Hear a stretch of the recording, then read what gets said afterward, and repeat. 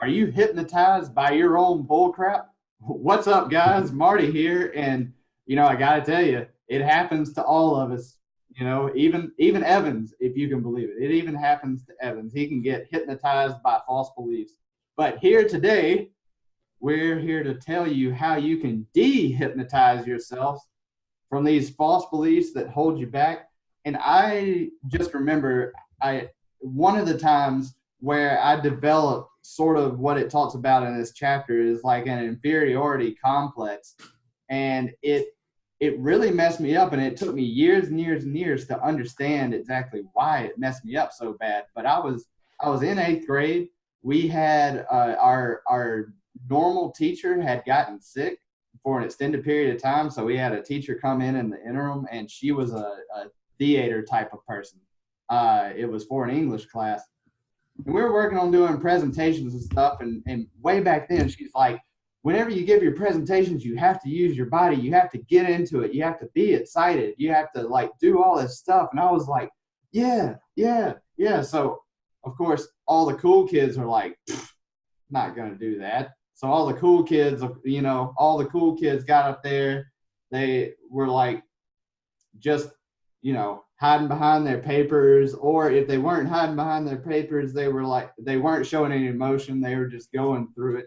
And so I get up there and I'm like, I'm going to smoke them. Like, I got it. I know I can do this. So I get up there, I deliver my presentation. I'm like doing crazy, goofy, wacky things.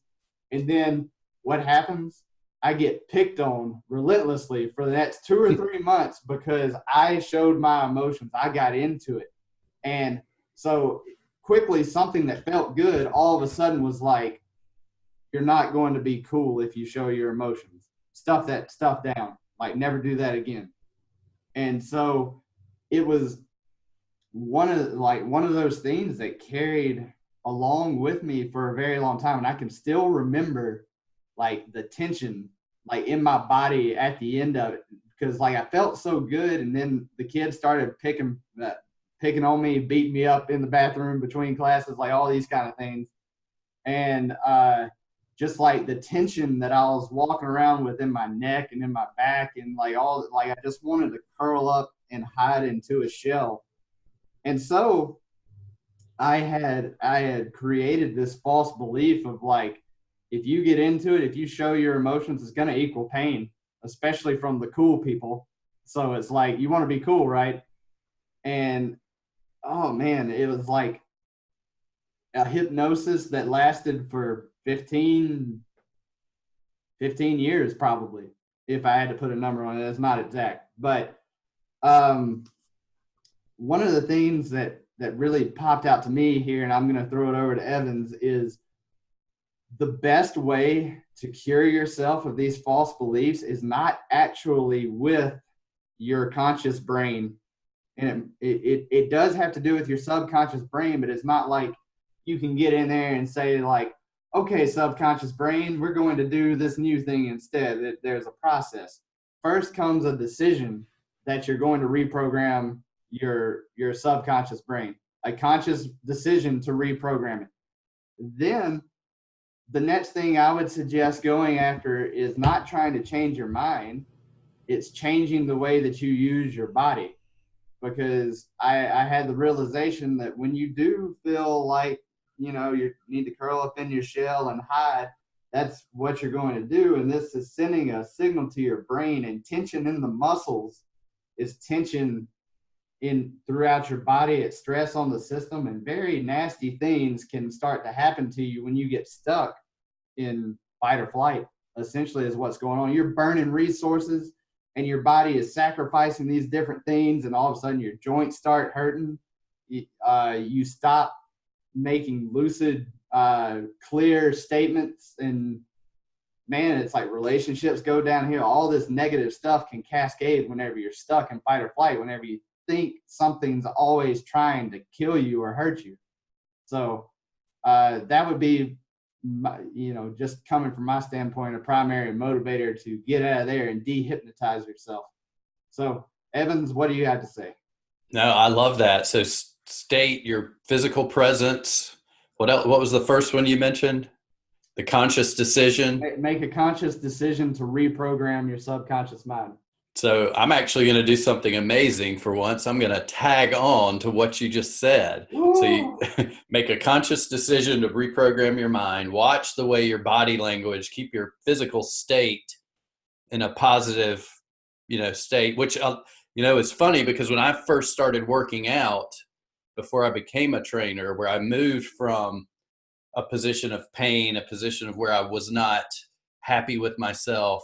And I noticed as I put muscle on my body, I got my postural muscles working correctly. I was standing up taller. I was just, you're true, 100% true. And we probably have all felt it, everybody that's listening to this. You just feel more, productive, more positive. You feel that state. So along with those two things, here's something that I've been doing for, I think, 256 straight days now, which is, for me, that's got to be a record. Consistency. I'm not the master of consistency, but I am slowly becoming that master of consistency. So tagging on to the last episode, I expect to be the master of consistency. So my expectations are there. I'm not just desiring it. But what they talk about in the book is relaxing. Even when you're going around in a state, getting yourself in the right state, but there's also a time to just relax. After you've told your subconscious that you want to do something, you've made that decision consciously, you also want to relax. You want to, one way that I do it is I meditate. I spend at least 5 minutes. I try to do 20 minutes at a time. I try to do it first thing in the morning, but if I can't, I'll do it at some point during the day, especially when my energy gets low. But meditating, just going quiet. There's no need to think about things. You don't have to come up with some sort of chant that you're doing in your mind or some sort of mantra. Just quieting your mind and just relaxing. And what Marty talked about, that conscious decision that you've made, is going to slowly get into your subconscious that way as well. Plus, you're going to have other realizations that are going to dehypnotize you. But I've found that in itself, that one thing has been one of the biggest changes in my life since January 1, doing that, meditating every day. But what I also want to talk about now that we've done that, I'm going to step back real quick before my time runs out, because I want to give you something that, as health and wellness professionals, our clients, everybody needs this. They need this reminder. Stop comparing. One of the biggest ways to dehypnotize yourself is not get in that situation in the first place. Don't start comparing yourself to other online trainers that you see out there that have multi-million-dollar businesses that are, 5,000 steps down the journey from you. They've already climbed that mountain. Stop comparing yourself. You are you. You are in the right place at the right time in your moment, and you are walking your journey. As long as you can remember that, that's going to keep you from falling into that trap that I'm not good enough. I'm not successful enough. Look at this guy over here. He's killing it. He's got a nutrition line. He's got, a membership program with 10,000 people in it. He's making, 10 million a year at his online programs. Well, guess what? That may be part of your journey. It's not now, but you are you. So stop comparing to others. And that's going to help you from falling into that hypnotic state. And also, it's a reminder to share that with your clients too as well. Because when they come into the gym or when they're working with you, they may see themselves, they may be looking at Instagram, seeing these other people who have these amazing bodies. They think they want to compare themselves to that person. You need to remind them as well that do not compare yourself to others. You are you. You will get to your goals, have the expectation that you will achieve those desires, and I'm going to help you get there. So, did I go over my time this time? Am I short? No. I think I consciously sort of delayed the clock a little bit because I figured we might spill over on this a little bit. Yeah, so those are my 2 points. One, of course, meditate, quiet your mind just a little bit. And then 2, before you ever get to that point of putting yourself in that position of putting yourself down, just stop comparing. Stop comparing yourself to others. Just be you. Be the best you, and you're going to kill it. Yeah, there's there's a few things I want to close with based off of what Evans just said too. Number one is like, let's talk about success for a second. What is actual success? Is it having that nutrition line? Is it having that membership site? Is it having that $1 million business or $10 million business? Success looks a certain way from the outside. And I got to tell you, like, as somebody who, like, I feel like I've achieved a lot, but there hasn't always been the fulfillment to go along with the achievement. And if you're not fulfilled, and you well, not more importantly, as importantly, if you're not in a spot where you have peace of mind, you're not successful.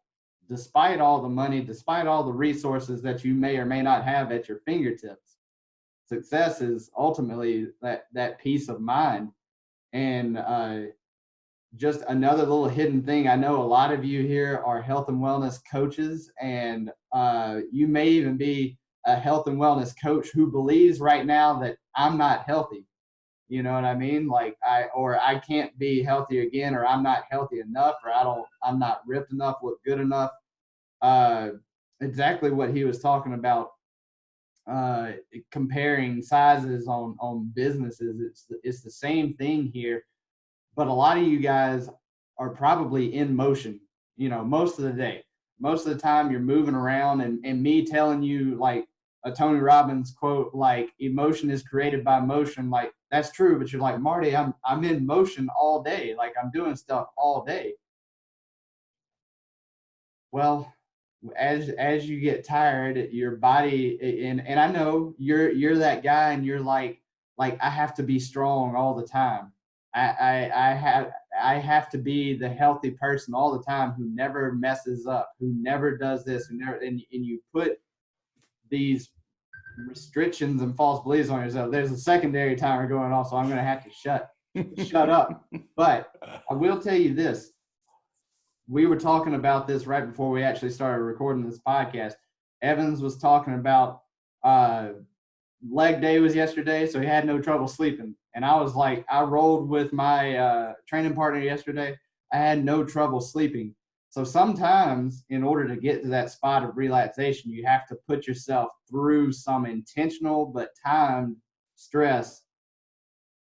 But ultimately, realize you're doing it out of love for yourself, instead of doing it out of portraying an image for somebody else, would be the biggest thing on that. So with that being said, Evans, what do we got for him today?